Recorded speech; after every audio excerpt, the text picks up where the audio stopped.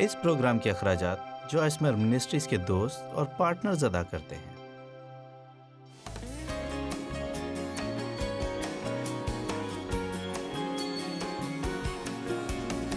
آج رات میں آپ کے دل کی حالت کی اہمیت کے تعلق سے بات کرنا چاہتی ہوں۔ آپ کے دل کی حالت کیا ہے؟ میں آپ کے دل کی جسمانی حالت کے بارے میں بات نہیں کر رہی، میں بات کر رہی ہوں اندر کے انسان کی، آپ کی شخصیت کے اندرونی حصے کی، جسے خدا ہمارا دل کہتا ہے۔ کیا آپ مطمئن ہیں آپ کے اندر کیا چل رہا ہے؟ آپ جانتے ہیں کہ خدا چاہتا ہے کہ ہمارا دل کامل ہو۔ لفظ کامل ہمارے لیے ڈراؤنا ہو سکتا ہے، لیکن میں بتا سکتی ہوں کہ یہ ممکن نہیں کہ جب تک ہم اس جسم میں ہیں ہمارا چال چلن کامل ہو سکے، لیکن میں یہ یقین رکھتی ہوں کہ ہمارا دل کامل ہو سکتا ہے۔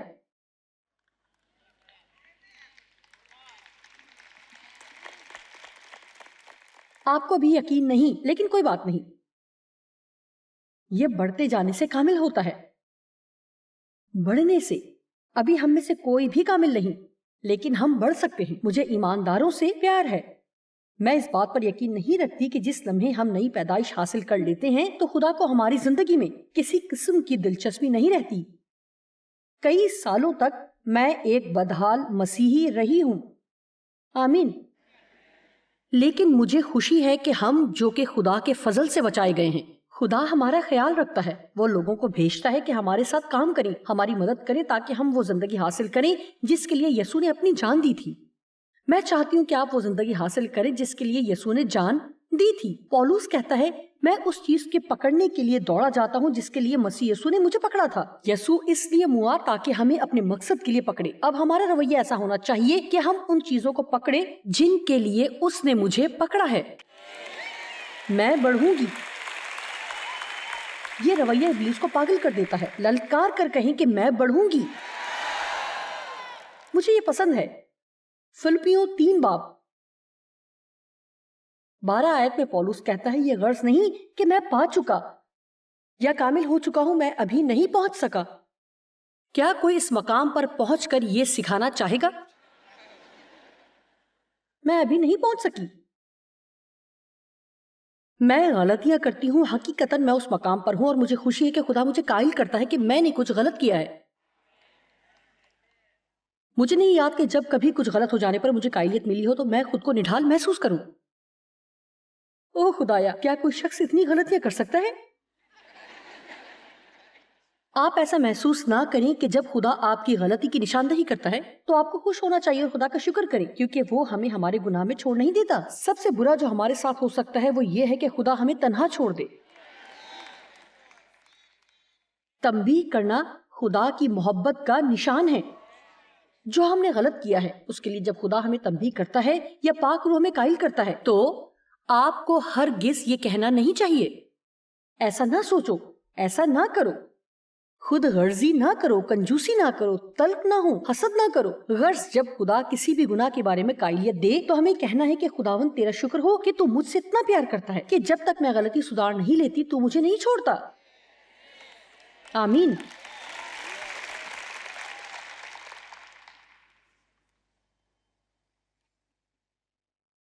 پولس کہتا ہے، یہ غرض نہیں کہ میں پا چکا یا کامل ہو چکا ہوں،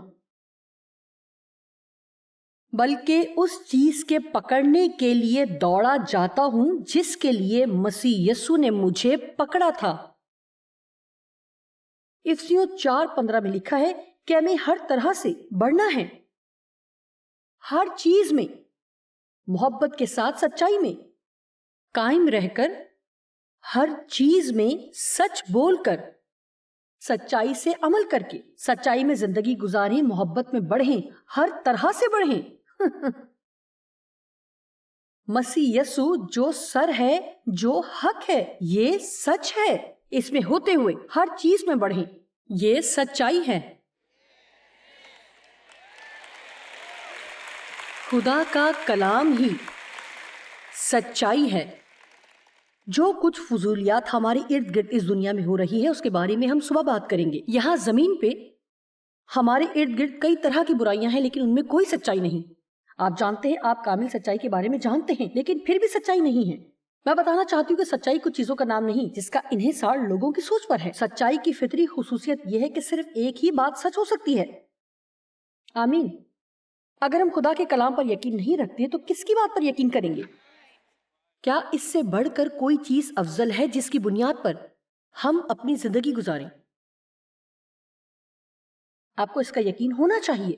نہیں، کلام سے بہتر اور کوئی چیز نہیں. پہلا پطرس 2 باب.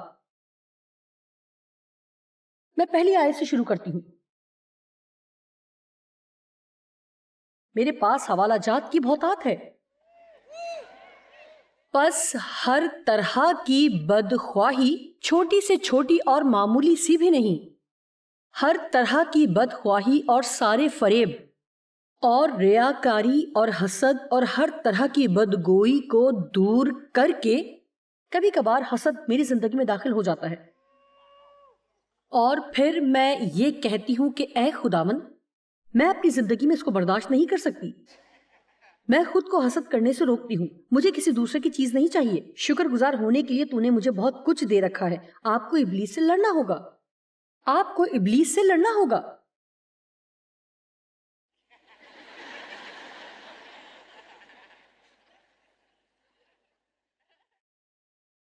ایسا نہیں ہو سکتا کہ کاش میں نے اس طرح شروع کیا ہوتا. آمین.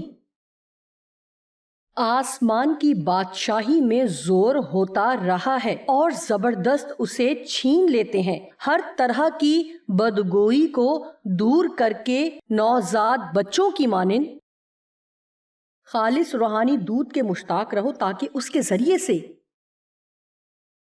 نجات حاصل کرنے کے لیے بڑھتے جاؤ. مجھے یاد ہے ایک مرتبہ جب خداوند نے مجھ سے کہا کہ اب وقت ہے کہ تیرا منہ نجات پائے. آپ کے منہ، آپ کے ذہن کو، آپ کے لباس، پیسوں کے استعمال میں، حلقہ احباب میں، آپ کی گفتگو، پیسے کے اصراف میں، فرصت کے لمحات تک مکمل نجات کو پہنچنے کی ضرورت ہے. آمین. وہ کہتا ہے کہ تم نجات یافتہ ہو، لیکن تمہارے منہ سے نہیں لگتا کہ نجات یافتہ ہو. آپ کے منہ کو بھی نجات کی ضرورت ہے. کیا کوئی اس حصے پر بھی نجات چاہے گا؟ اس موضوع پر میرے پاس بہت سا ذخیرہ موجود ہے. آمین. میرے پاس کتابیں، ڈی وی ڈیز ہیں، سی ڈیز ہیں.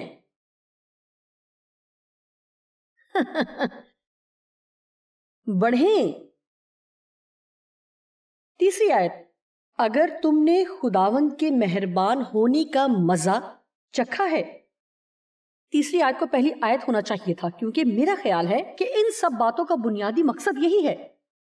اگر ہم ان کو اس ترتیب سے پڑھیں، اگر تم نے خداوند کے مہربان ہونے کا مزہ چکھا ہے، بس ہر طرح کی بدخواہی اور سارے فریب اور ریاکاری اور حسد اور ہر طرح کی بدگوئی دور کر کے نوزاد بچوں کی مانند خالص روحانی دودھ کے مشتاق رہو جو کہ خدا کا کلام ہے. یہ کیسے ممکن ہے کہ ہم خدا کے مہربان ہونے کا مزہ چکھیں اور جو کچھ اس نے ہمارے لیے کیا ہے اور پھر بھی خود کو بہتر نہ کرنا چاہیں؟ میں بہتر ہونا چاہتی ہوں کیونکہ میں یسوع سے پیار کرتی ہوں.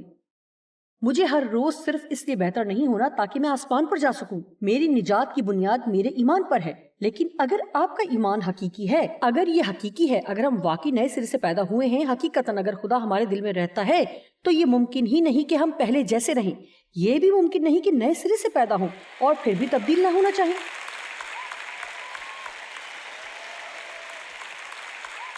یہ ممکن ہی نہیں ہے. کیا آپ کا موجودہ چال چلن پچھلے سال کی نسبت بہتر ہے؟ یقیناً.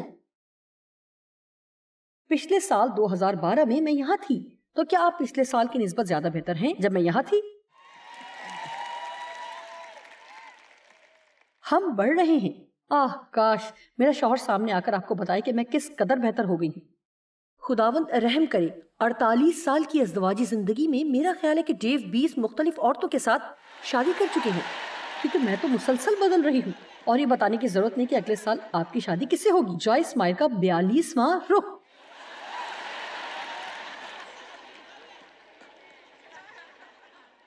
کیا آپ لوگوں میں سے کوئی ایسا ہے جو سچائی سے کہہ سکتا ہے کہ وہ اب پہلے کی نسبت بالکل مختلف شخص ہے؟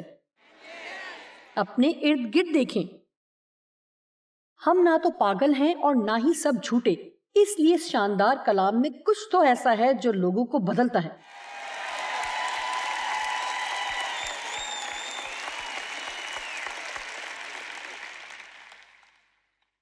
لوگ کہتے ہیں کہ آپ نے میری زندگی بدل دی ہے. نہیں، یہ کلام ہے جس نے آپ کی زندگی بدل دی ہے. ہم آپ سے پیار کرتے ہیں. نہیں، یہ کلام ہے جسے آپ پیار کرتے ہیں. یہ ایسا ہی ہے. میں تو صرف کلام سنانے والی ہوں. میں خدا کے کلام پر ایمان رکھتی ہوں اور مجھے خدا کا کلام بانٹنا پسند ہے. اگر ہم کلام پر ایمان لائیں، اسے نوش کریں، اس سے پیار کریں، اس میں زندگی گزاریں، اس سے لپٹے رہیں، تو ہماری زندگی میں تبدیلی آئے گی. میں کئی سال چرچ جاتی رہی، لیکن کسی روحانی ترقی کے بغیر. چرچ جانا اور بس بیٹھنا. آپ شاید اس وقت تک بیٹھ سکتے ہیں جب تک آپ کی پشت پر چربی کم نہیں ہو جاتی. اور زیادہ دیر تک بیٹھنے سے آپ کی جلد سخت نہیں ہو جاتی، لیکن آپ کے اندر کوئی تبدیلی نہیں آئے گی جب تک آپ کلام کو نہیں سنیں گے. جا کر صرف بیٹھے نہ رہیں کہ آپ کو فرض نبھانا ہے. وہاں جائیں جہاں زندگی ہے، جہاں لوگ کلام اور آگ سے بھرے ہیں، جہاں کلام کی سچائی بیان کی جاتی ہے اور کلام سے پیار کیا جاتا ہے. صرف فرض نبھانے نہ جائیں، اس لیے جائیں کیونکہ آپ وہاں نہ جانے کے متحمل نہیں ہو سکتے.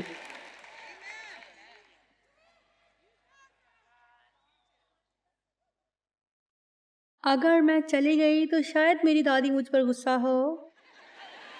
میں جانتی ہوں دادی غصہ کرے گی، لیکن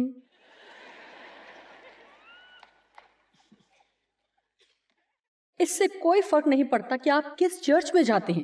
مجھے اس سے فرق نہیں پڑتا کیونکہ وہ آسمان پر نہیں ہوں گے. لیکن اصل نقطہ یہ ہے کہ ہم وہاں جائیں جہاں زندگی ہے اور روح کی آگ اور خدا کا جلال ہے، جہاں کلام کی منادی اس طرح کی جاتی ہے جو ابھارتی اور اکساتی ہے کہ ہماری زندگی بدل جائے. اگر آپ ہر اتوار کو چرچ میں اونگتے رہتے ہیں تو بہتر ہے کسی اور جگہ جائیں، کیونکہ ہماری چرچ میں اگر آپ سوئیں گے تو ہم آپ کو جگہ دیں گے.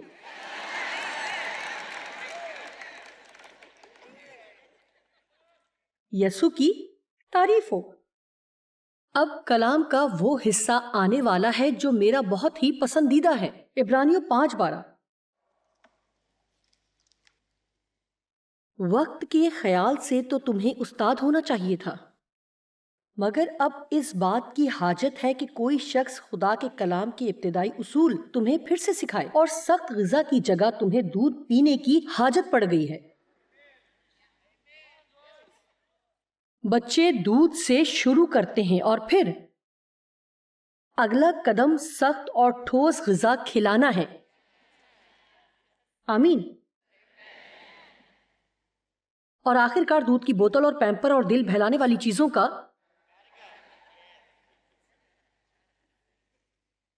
خاتمہ ہوتا ہے، کیونکہ دودھ پیتے ہوئے کو، یہاں دودھ سے مراد کلام کا دودھ ہے اور کلام کا گوشت ہے. یہ کلام کے پیغامات در پیغامات کی طرح ہے. آمین. میں خود کو تیار کر رہی ہوں کہ اگلے سال خدا کی آگ کے تعلق سے کلام سناؤں.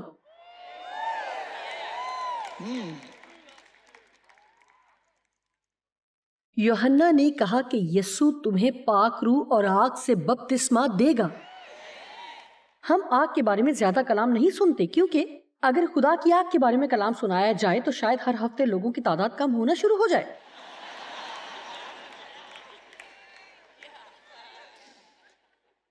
اس لیے لوگوں کی ترقی کے لیے ان کی حوصلہ افزائی کرنا اچھی بات ہے، اور انہیں بتایا جائے کہ خدا ان سے کتنا پیار کرتا ہے اور وہ کتنے اچھے ہیں، کس قدر مسا شدہ ہیں، یعنی سب اچھی باتیں جو خدا ہماری زندگی میں کرتا ہے. ہمیں اس کی ضرورت ہے. ہمیں اس سے بھی بڑھ کر ضرورت ہے. لیکن اس سے بھی زیادہ ہمیں کسی اور چیز کی ضرورت ہے. پولس کہتا ہے کہ وہ ایسا نہیں کر سکتا. وہ ایسا نہیں کر سکتا کہ انہیں کلام کا گوشت کھانے کو دے. ابھی انہیں کلام کے دودھ ہی کی ضرورت ہے. اب یہ دیکھیں، یہی وجہ ہے کہ مجھے کلام کا یہ حصہ بہت پسند ہے. 13ویں آیت، کیونکہ دودھ پیتے ہوئے کو راست بازی کے کلام کا تجربہ نہیں ہوتا، اس لیے کہ وہ بچہ ہے۔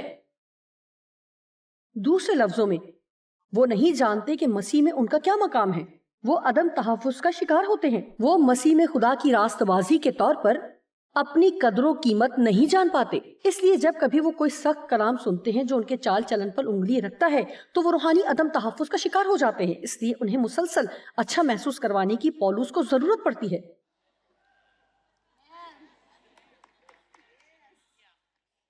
اگر میں چاہتی ہوں کہ میرے سامعین خوش رہیں تو پھر مجھے یہ سکھاتے رہنے کی ضرورت ہے کہ مسیح میں ان کا کیا مقام ہے، اور میں ایسا کرتی بھی ہوں کیونکہ لوگوں کو یہ سننے کی ضرورت ہے۔ ہمیں ضرورت ہے کہ جانیں کہ ہم مسیح میں کون ہیں، کیونکہ اس کا تعلق ہماری بہت سی بنیادی باتوں سے ہے۔ لیکن اگر آپ کلام کی صحت مند غذا چاہتے ہیں اور آپ ایسے استاد کے تابع ہیں یا کسی پاسٹر کی جو کلام کی صحت مند غذا کھانے کو دیتا ہے، وہ آپ کو صرف ان باتوں کے بارے میں ہی نہیں سکھائیں گے بلکہ وہ یہ بھی سکھائیں گے کہ خود کو ٹھیک کریں، اپنے بارے میں سوچتے ہی نہ رہیں، مصروف ہو جائیں، دوسروں کے لیے باعث برکت بنیں، مسیح کی دوسری آمد کے لیے تیار ہو جائیں۔ ہمیں ان باتوں کی ضرورت ہے، ہمیں ضرورت ہے۔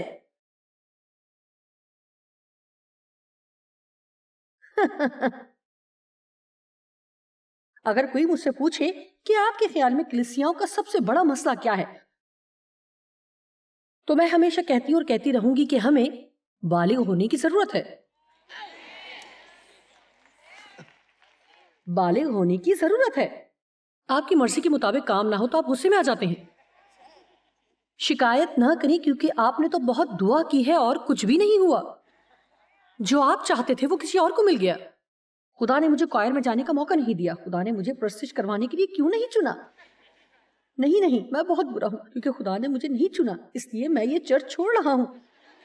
اے نادان، تم اپنے مسائل لے کر کسی دوسرے چرچ میں جاؤ گے، پھر اسی طرح اس کو بھی چھوڑنا پڑے گا۔ آمین۔ جی، آپ میں سے کتنے رضامند ہیں کہ اب ہمارے لیے اپنی خود ترسی اور سہل زندگی سے نکلنے کا وقت ہے؟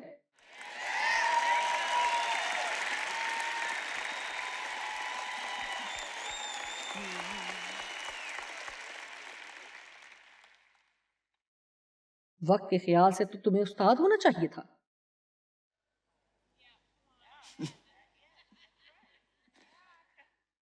آخر کتنی بار ہم بار بار ایک ہی بات سنتے رہیں گے؟ یہ درست ہے کہ ہمیں بار بار بہت سی باتوں کو دہرانے کی ضرورت پڑتی رہتی ہے تاکہ ہم یاد رکھیں، لیکن شاید خدا یہ کہہ رہا ہے کہ اب آگے بڑھنے کی ضرورت ہے، آگے بڑھنے کی ضرورت ہے۔ 14ویں آیت، اور سخت غذا پوری عمر والوں کے لیے ہوتی ہے جن کے حواس کام کرتے کرتے نیک و بد میں امتیاز کرنے کے لیے تیز ہو گئے ہیں۔ اسی طرح سے آگے لکھا ہے، 6 باب پہلی آیت میں لکھا ہے، پس آؤ ابتدائی باتیں چھوڑ کر کمال کی طرف قدم بڑھائیں۔ مجھے یہ بہت پسند ہے جب میں بیٹھ کر لوگوں کو خدا کو دینے کے بارے میں سکھاؤں کہ لوگ تالیاں بجائیں، خوش ہوں اور اپنی بائبل میں نشان لگائیں، بجائے اس کی کہ میں ایسے ظاہر کروں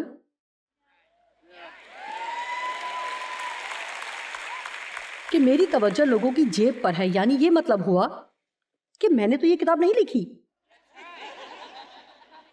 یہ تو اس نے ہی سب باتیں لکھوائی ہیں، میں نے نہیں۔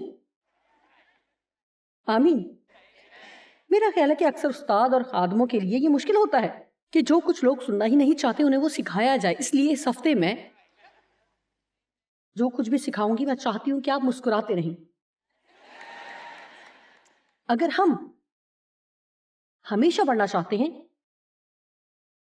تو خدا ہمارے لیے اپنے تئیں قوی دکھائے گا۔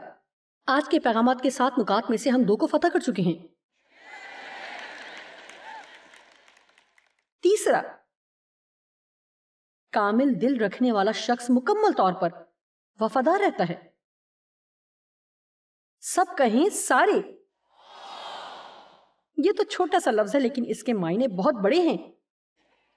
سارے، تو خداوند اپنے خدا سے اپنے سارے دل اور اپنی ساری جان اور اپنی ساری عقل سے محبت رکھ۔ تمام، ہر بات میں ہر وقت خداوند کی شکر گزاری کرو، ہر بات میں۔ جی، ہر بات میں۔ رومیو 12، میں خدا کی رحمتیں یاد دلا کر تم سے التماس کرتا ہوں کہ اپنے بدن ایسی قربانی ہونے کے لیے نظر کرو جو زندہ اور پاک اور خدا کو پسندیدہ ہو، یہی تمہاری معقول عبادت ہے۔ اس کا مطلب یوں بھی ہو سکتا ہے کہ اے خداوند، آج کے دن میں اس دنیا میں جا رہا ہوں، میں اپنے جسم کو تیرے جلال کے لیے پیش کرتا ہوں، اپنی آنکھیں تجھے دیتا ہوں، اپنے کان تجھے دیتا ہوں۔ اگر میں اپنے کان خدا کو دیتی ہوں تو اس کا مطلب یہ ہے کہ میں کھانے کے وقت میز پر دوسرے لوگوں کے بیہودہ مذاق سن کر ان کے ساتھ شامل نہیں ہوں گی۔ یہ عملی کام ہے اور ہم جانتے ہیں کہ اس کا کیا مطلب ہے۔ اپنا منہ تجھے دیتا ہوں، اس کا مطلب ہے کہ اپنے کام کے دوران میں کسی اور کے ساتھ مل کر عیب جوئی نہیں کروں گی، میں اپنی زندگی میں چھوٹے چھوٹے مسائل کی شکایت نہیں کروں گی۔ خاموش نہ رہیں۔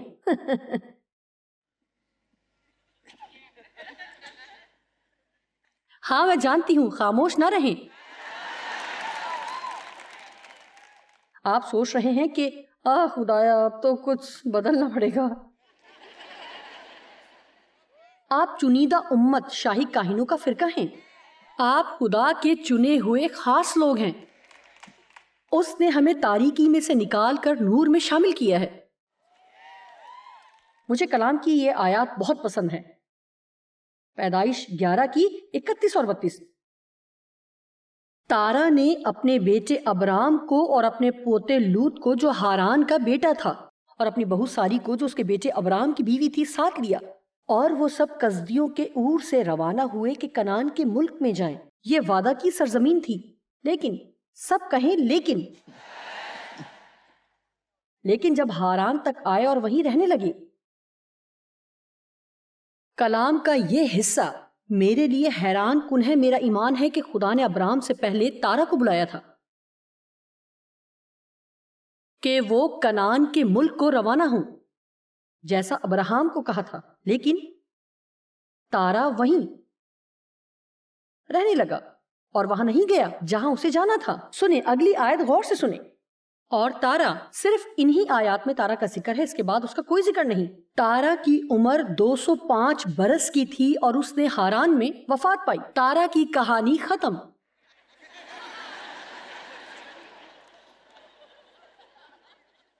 آپ آدھی منزل پر ہی ڈیرا لگا لیتے ہیں اور وہاں نہیں جاتے جہاں خدا آپ کو لے جانا چاہتا ہے۔ سنیں، وہ ہمیں نکال لاتا ہے تاکہ ہمیں شامل کرے۔ وہ ہمیں بندھنوں سے نکال کر خدا کے وعدوں میں شامل کرتا ہے۔ وہ ہمیں نکال لاتا ہے تاکہ ہمیں شامل کرے۔ میں نے یہ سوچ رکھا ہے کہ جب میں مر جاؤں تو لوگوں کے پاس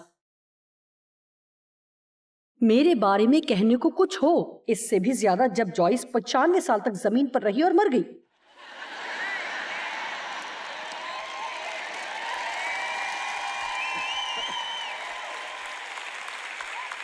میں نہیں چاہتی کہ صرف یہی کچھ بچے کہ جوائس 95 سال تک زندہ رہی اور مر گئی۔ نہیں، جوائس آج بھی زندہ ہے، اس نے 150 کتابیں لکھی ہیں اور ہم آج ان کو پڑھتے ہیں۔ ہم سب کو ایسی ہی گواہی کی خواہش رکھنی چاہیے، صرف زندہ نہ رہیں اور بغیر کسی نشان کے دنیا نہ چھوڑیں کہ لوگوں کو آپ کا خیال تک نہ آئے، اور جب مر جائیں تو آپ کے جاننے والے خوش ہوں کہ آپ مر گئے ہیں۔ اس دنیا میں رہتے ہوئے اپنا نشان چھوڑ جائیں، ابلیس کو پاگل کر دیں اور وہ کچھ بن جائیں جو خدا چاہتا ہے۔